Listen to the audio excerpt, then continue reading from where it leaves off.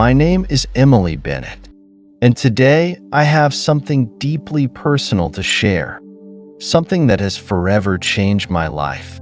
To be honest, finding the words to tell this story has always been a challenge, but it's something too important to keep silent about. On the morning of April 3rd, 2023, I was declared clinically dead, no heartbeat, no breath. But during those 12 minutes, I didn't drift into nothingness. I went to a place that was so real and profound that I'm still trying to comprehend it. What I experienced isn't just for me, it's a message for all of us. But before I continue to read this stream of revelation, I will ask you if you have any testimony that you would want to share with us, and with our viewers you can do so by sending us your testimony through this email address eternalbiblestories@gmail.com. You can find this down the screen of this video. Share your dreams, visions, and near-death experience with us to change someone's life for better. Please write them well so they can be readable to our audience. Thank you. Let me give you some background. I had spent over a decade working as a critical care nurse, immersed in the world of science, facts, and tangible reality. My life revolved around caring for others during their most vulnerable moments, life and death situations, moments of desperation and resilience. I had witnessed the extremes of humanity, grief, triumph, pain, and healing. If someone had told me a year ago that I would be sharing a story about dying and returning with a message from Jesus Christ, I would have thought they were completely delusional. But life has a way of turning everything you think you know on its head, challenging your understanding and reshaping your beliefs. That day began like any other. I had been up all night after my son's soccer game, my mind racing with concerns, responsibilities, and exhaustion. The house was quiet, and I decided to go for an early morning run to clear my head. The neighborhood was still, shrouded in the calmness before dawn, with a light mist blanketing everything. I checked my watch, 5:12 a.m.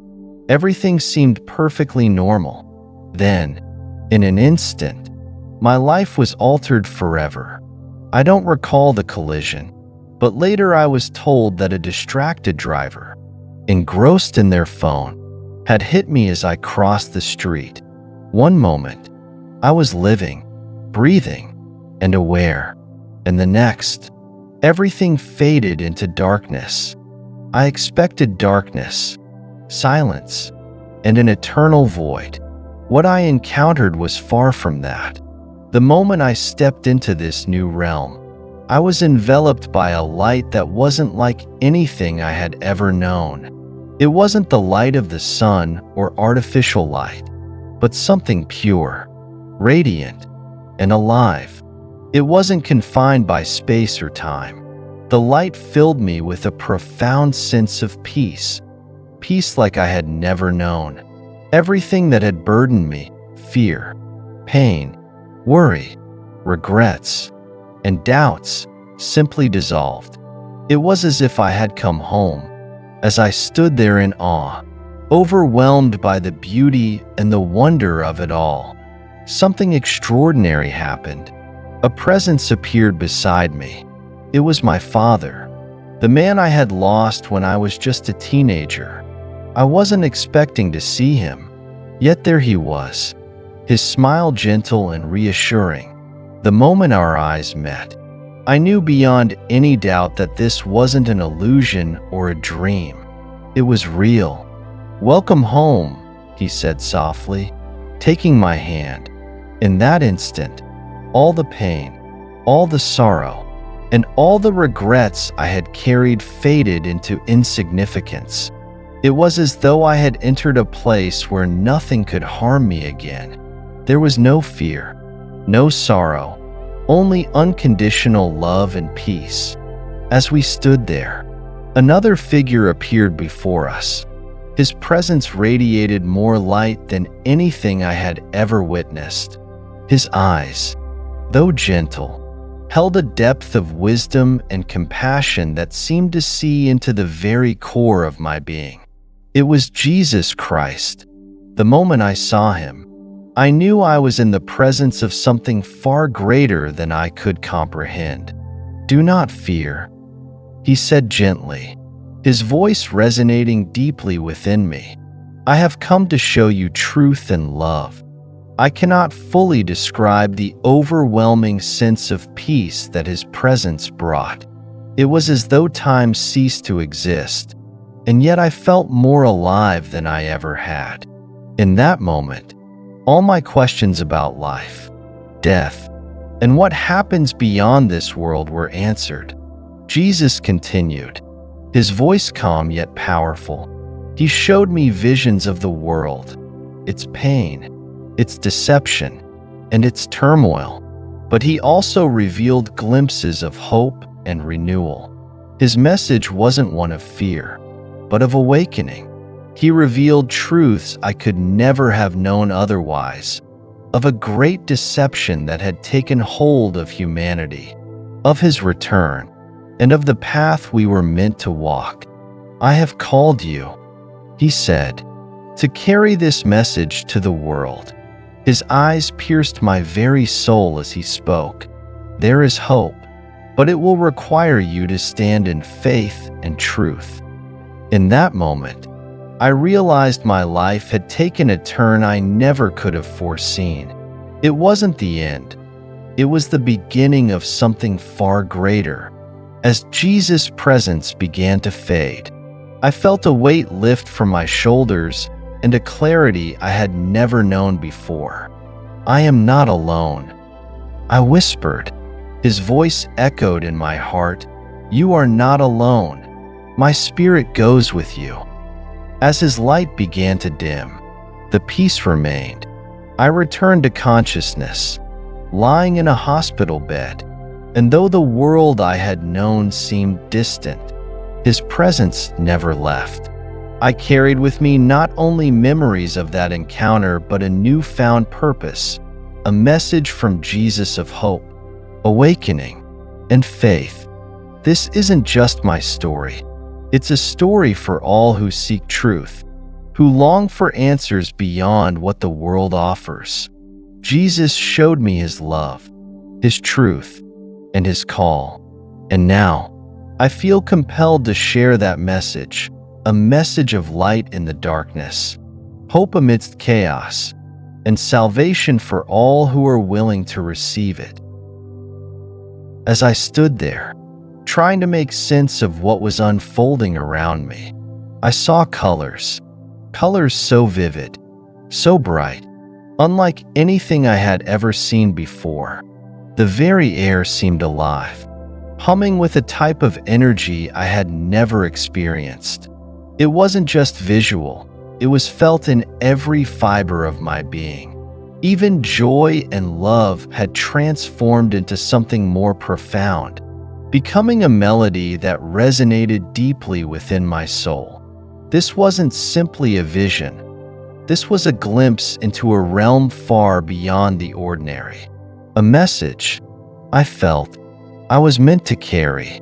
That music wasn't coming from any one direction. It seemed to flow from all around me. It surrounded me, engulfed me, as if joy and love had become a living, breathing force. The sound wasn't of this world. It was something pure and transcendent. I could feel it in every breath, in every heartbeat. It was as though heaven itself had come alive, transforming the very fabric of my existence into something more sacred.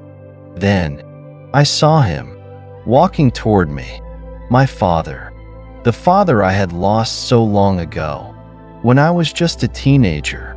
But here, he didn't appear old or frail. He was radiant, as though he had been restored, his presence glowing with a heavenly light that I could not ignore. His smile was familiar, yet it held a purity, a warmth that radiated something far beyond my memories. "Emily," he said, his voice gentle yet filled with love, You don't need to be afraid. The one you seek is waiting for you." Before I could speak, before any questions could form, he reached out and took my hand. In that moment, time seemed to stand still, and everything I had once questioned faded into insignificance. There was no fear, no hesitation, just an overwhelming connection, as if my very being was drawn to him, to the truth he carried.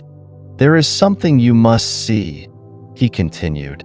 Suddenly, the light around me intensified, becoming brighter, more focused, and then I saw him, Jesus. I cannot fully express the emotions I felt when I saw him. He wasn't like any image, painting, or vision I had ever encountered. His presence was both human and divine, radiating a power and love that defied description. His eyes were more than eyes. They held a depth, a wisdom, and a truth that saw straight into my soul. It wasn't just about who I was, but who I had been, who I was in that moment, and who I was meant to become. I fell to my knees, not out of fear, but because his presence was so overwhelming, so humbling. His gaze didn't judge. Instead, it offered peace, comfort, and an undeniable certainty. His hand rested on my shoulder, grounding me, yet lifting me at the same time. I could feel his love saturating every part of me, washing away all doubt, all fear, leaving only clarity and purpose. "Emily," he said, his voice both gentle and powerful, "there are things you must see, things my people need to know before I return."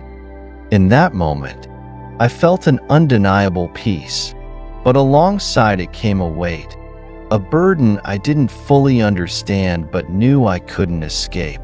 His gaze held me, as if his very presence was anchoring me to a purpose far greater than I could comprehend.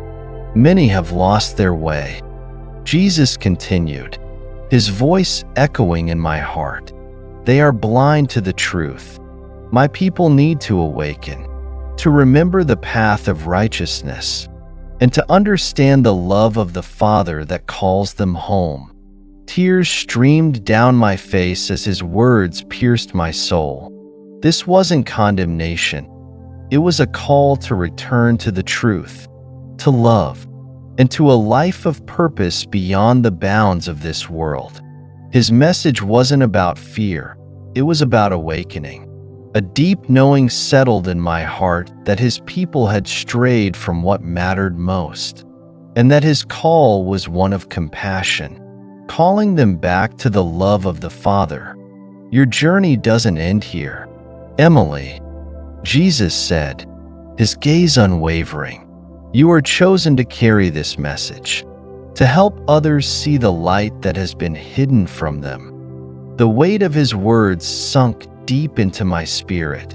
The joy I had felt before began to fade, replaced by a sense of mission, one I didn't fully understand but knew I had to embrace. His love surrounded me, his strength flowing through me, giving me the courage and resolve I didn't know I had. "Will you be my messenger?" he asked, trembling. I looked up at him, the one who appeared before me, both human and divine, full of grace and truth, and with all the faith I could muster. I nodded. "I will," I whispered, my voice fragile yet unwavering. His smile, radiant, pure, told me all I needed to know. I wasn't alone. He would walk with me, guide me, and empower me to carry his message of hope and love. As his presence began to fade, I realized that I wasn't merely a witness to this divine encounter. I was becoming a part of something far greater than myself. His voice echoed in my heart, urging me to return with the truth that had been revealed to me. And as I awoke, back in the hospital bed, the world I once knew felt distant, yet his presence remained, lingering in my very being. I carried with me not just memories, but a profound conviction to share what I had experienced, the truth, the awakening, the love that could transform lives. This wasn't the end of my journey. It was the beginning, a call to live with purpose, faith, and a heart devoted to sharing the message entrusted to me. And then he showed me 4 things, each one deeper and more profound than the last. The first was what he called the Great Deception. I saw people everywhere, consumed by their phones and technology, completely lost in things that didn't truly matter. Families sat together, yet they didn't speak to each other. Friends obsessed over social media likes rather than real relationships. Even believers were caught up in noise, forgetting what truly mattered. He said, "This is how the enemy works. It keeps them distracted, focused on temporary things, blinding them to what truly matters." I witnessed a world drowning in information, yet spiritually starving. The enemy had woven a web of distractions, leading people further away from God. I saw the false allure of wealth, fame, and comfort, drawing countless souls into a cycle of emptiness. The pursuit of worldly success had become an idol, and people had forsaken the true source of life, God. The emptiness and isolation of this great deception were heartbreaking. I could feel the weight of their lostness, the pain of their disconnection from God. The next vision was the great lie. I saw the world being drawn in by dazzling signs and wonders. Bright lights filled the sky, and strange creatures began to communicate with humanity. They spoke of peace, unity, and understanding, but their words were filled with deception. He warned, "This isn't from me. They will mix truth with lies, leading many astray. Stay rooted in my word, for it is the unshakable foundation." In this vision, I saw charismatic figures preaching messages of unity, but their motives were selfish and their doctrines hollow. They performed grand spectacles and miraculous signs, convincing the world they were messengers of light. But their words were filled with half-truths and subtle deceptions. They promised peace, but planted seeds of confusion and separation. Jesus emphasized, "My people must remain vigilant. The enemy will use beauty and charisma to lead them astray, but only my word holds the truth." The third vision was the Great Awakening. It was full of hope. I saw light spreading across the world as people turned back to God. Families prayed together. Communities shined with worship and repentance. Miracles happened, healings, deliverances, and lives transformed in an instant. But this awakening came at a cost. Believers were mocked, attacked, even martyred for their faith, yet their joy remained unshaken. He said, "My spirit will move mightily in these days, but the cost of following me will be great. Stand firm, for the reward is eternal." In this awakening, I saw the church rising up, ignited by a deep hunger for God. Prayer and repentance spread like wildfire. People experienced radical transformations, broken hearts healed, the lost finding their way home, and entire communities revived. Yet, in the midst of this awakening, I saw fierce opposition. Believers were persecuted, vilified, and faced unimaginable trials. Yet, despite the suffering, their faith remained unshaken. Jesus assured me, "This is the refining process, the time of testing. Hold on to your faith, for the glory to come will outweigh the suffering." Finally, there was the great return. The The sky suddenly cracked open, and he stood there, shining in glory alongside millions of angels. The entire world stood still, every knee bowing, every tongue confessing that Jesus is Lord. For some, it was awe and worship. For others, it was fear. It was the most beautiful and powerful moment I had ever witnessed. He said, "Tell my people I am coming soon. Tell them to be ready, for no one knows the day or the hour." In this vision, I saw the heavens splitting open and the glory of Jesus descending with a host of angels. The earth trembled, and all of creation seemed to bow before him. Every knee bowed, and every tongue declared his lordship. Some did so in awe and reverence, others in fear and regret. The moment was indescribable, radiant, powerful, and filled with divine authority. Jesus' voice echoed through my soul. "My return is imminent. Prepare yourselves, for no one knows the day or the hour."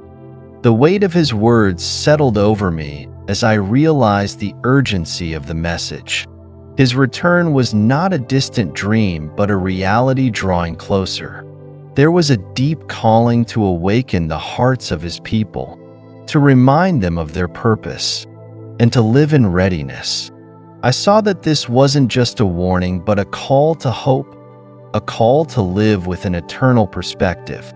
And as I stood there, overwhelmed by these visions, I knew that my life had been forever changed. The message wasn't just for me to keep. It was one I had to share. Jesus' return was not just a possibility, but a certainty.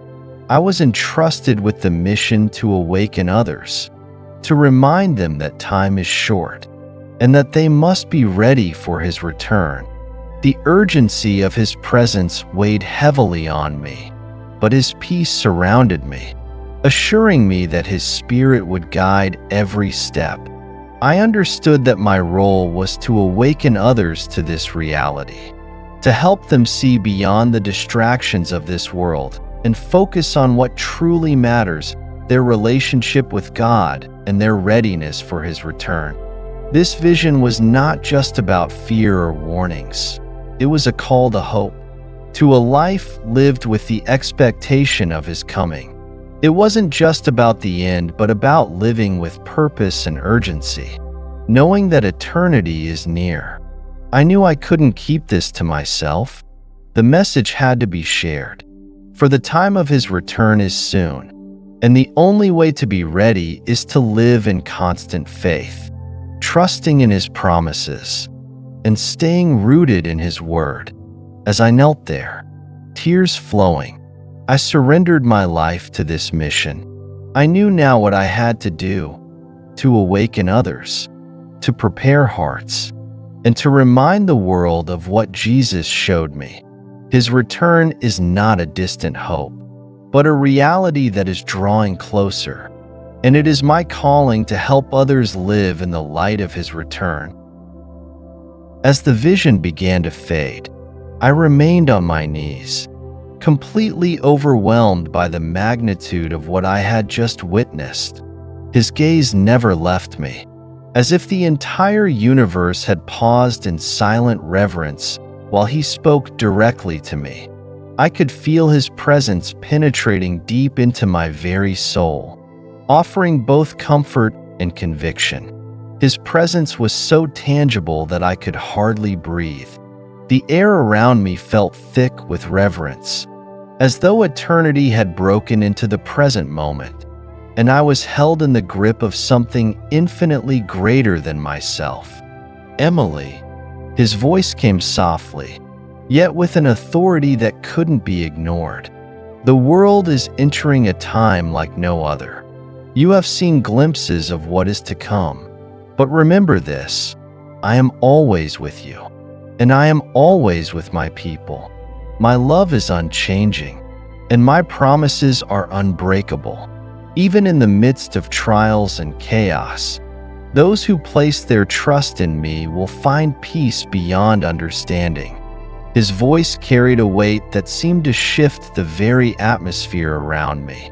It wasn't just the sound of his words, but the presence that accompanied them, gentle yet firm, like the unshakable foundation of the earth beneath my feet.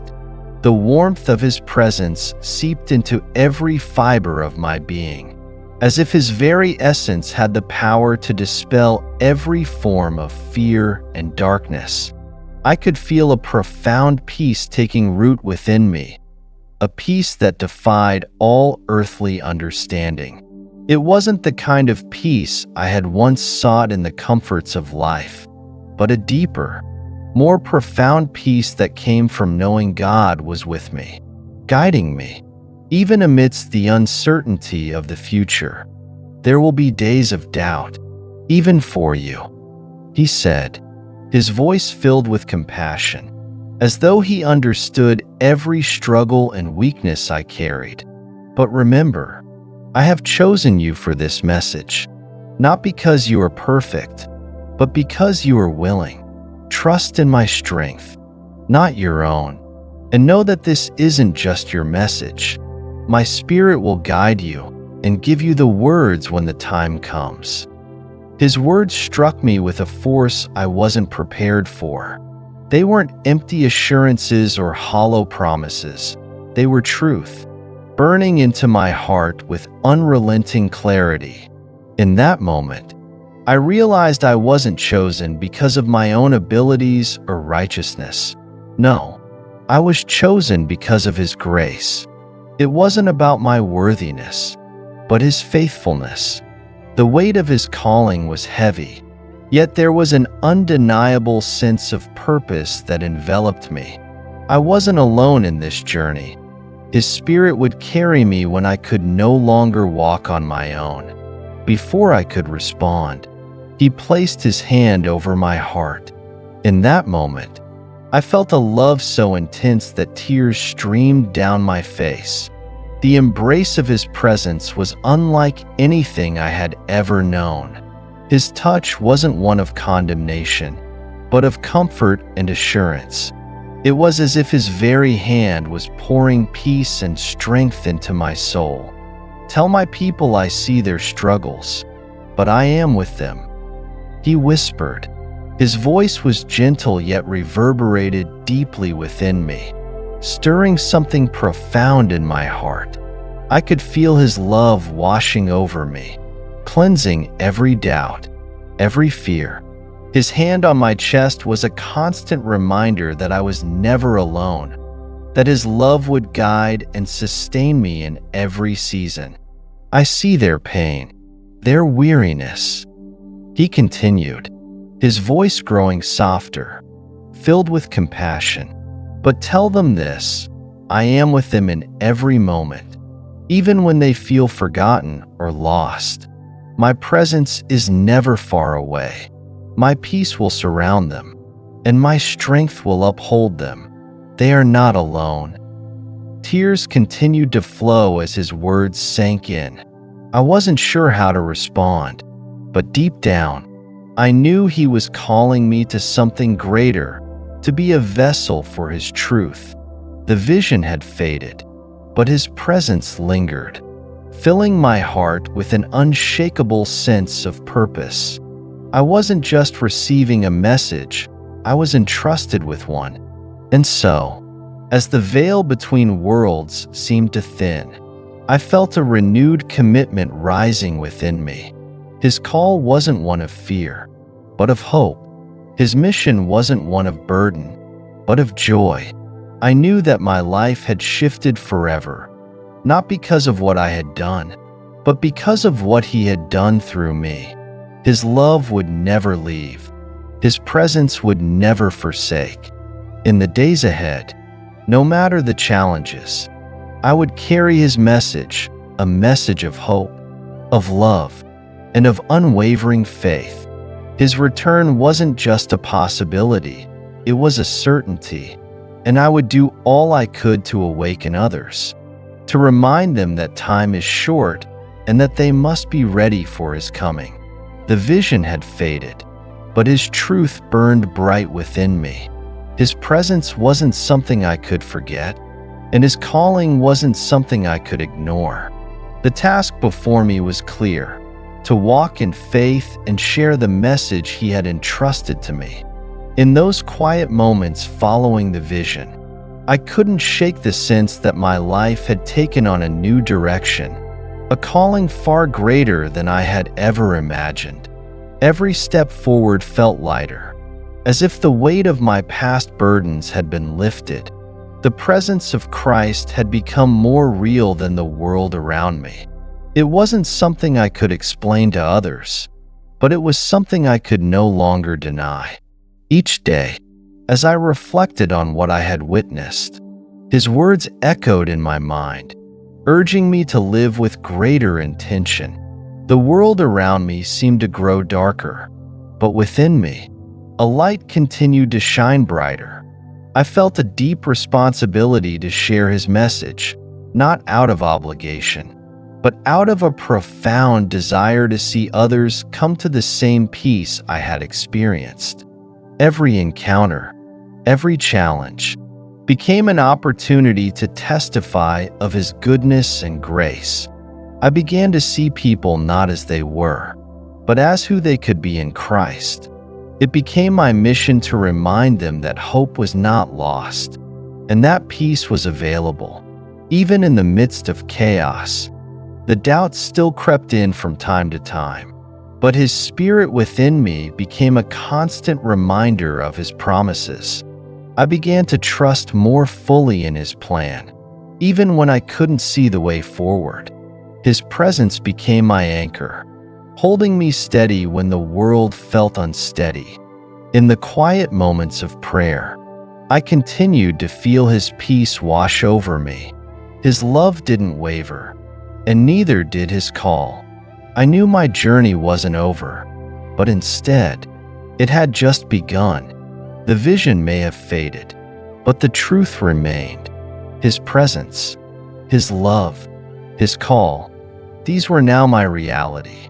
And as I stood in faith, I knew that no matter what came, I would never walk alone.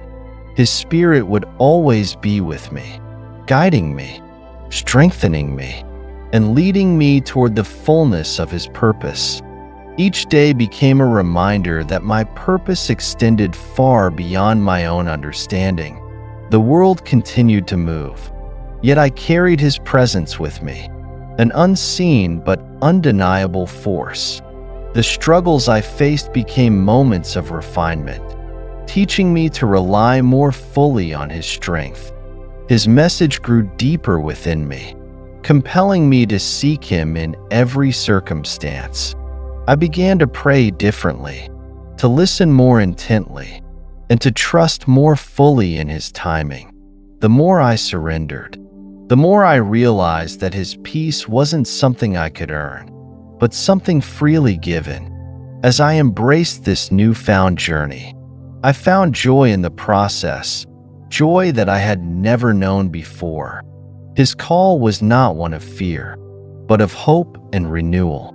And so, I stepped forward, with faith that his work in me is far from finished, trusting that his light will continue to guide me, no matter the darkness that may come.